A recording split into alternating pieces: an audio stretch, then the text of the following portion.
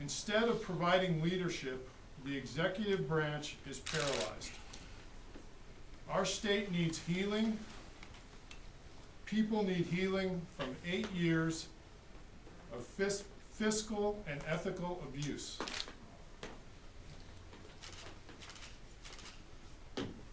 I learned how to serve people from two very caring individuals.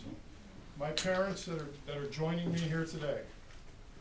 My mom, Nancy, nurtured in her children the virtue that every person is special and of great value, and that you should care for people one person at a time.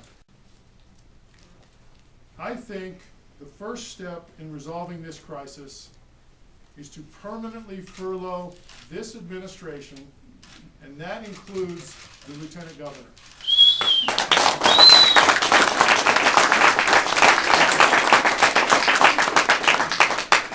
I will reduce the number of appointments to only those positions the governor must rely on to effectively implement policies necessary to help the people, not the incumbent governor.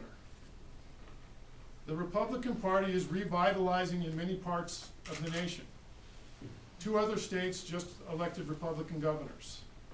In October 2009, a new mayor and 2 city councilors who are Republicans were elected here in Albuquerque. We need a strong Republican as governor to continue this renewal, and I want to be that governor.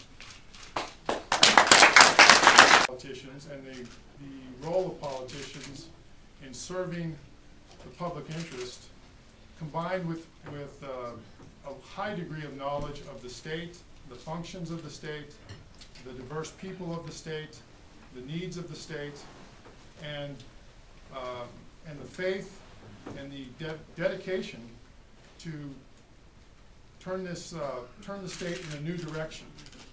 And I don't think the state can change in the direction it needs unless we have a Republican candidate elected.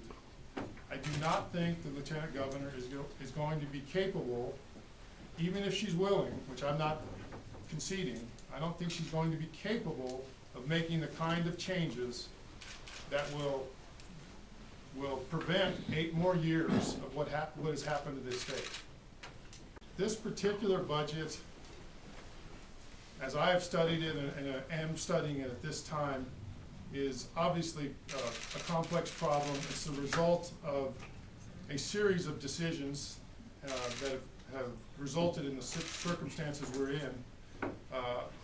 I would not be looking at increasing taxes, increasing revenues. I would be, and I'm interested in focusing on the proposals, some of them from Democrat legislators, that indicate the starting point, the necessary starting point has to be with spending limitations, spending changes, and that starts with looking at where all the spending takes place, understanding where all that spending takes place, which I don't think has been well understood or explained in the last 8 years. So that would be my starting point, and I would agree with the people starting from that perspective. I don't know where that's going to end up. I think it's going to have to work itself out. That's what the legislature is for. But that's how I would approach it, along the same lines as that group of people. What would some of your top priorities be? Are you talking about in the future? In the future, yes. Okay. The top priorities, I think, for this state are jobs. I think it's very questionable whether this economy is going to be able to turn itself around in the next 12 months. I think we could easily be facing a similar, what I would consider soft economy. And I think in order to emphasize jobs, we need to protect the jobs that we have and show appreciation for the employers who create those jobs. And we need to provide incentives and make it easier for those employers to continue to provide those jobs or perhaps expand those jobs. And And I think that will build a base that would encourage other employers to consider New Mexico and bring other jobs here. So jobs is a fundamental part of the overall economic structure and situation in the state. That would be a first priority. I've mentioned a couple in my speech, and I think those are absolutely critical. And those are to avoid the type of corruption that has been rampant, and it's being revealed on a daily basis. I brought with me the last 3 Albuquerque journals,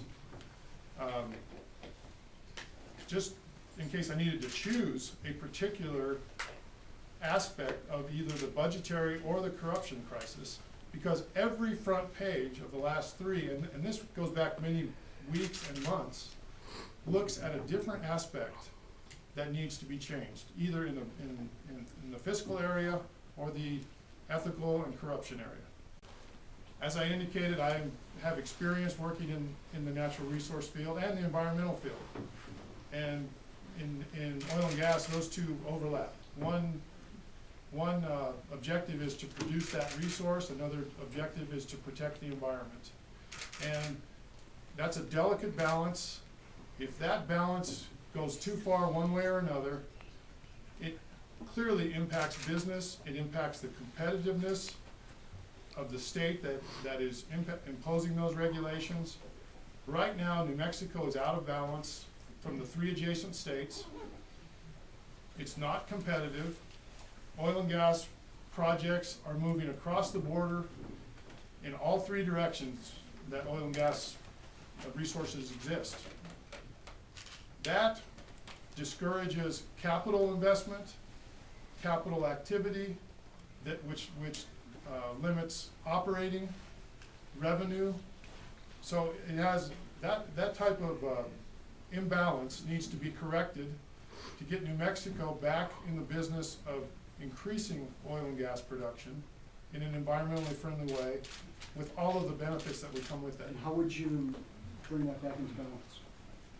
Well, the specifics that are at issue with the oil and gas industry to a large extent, although I wouldn't say exclusively, to a large extent are the pit rule, which is, I'm not going to go into that much detail, but I'm quite familiar with the pit rule. I know the genesis of the pit rule.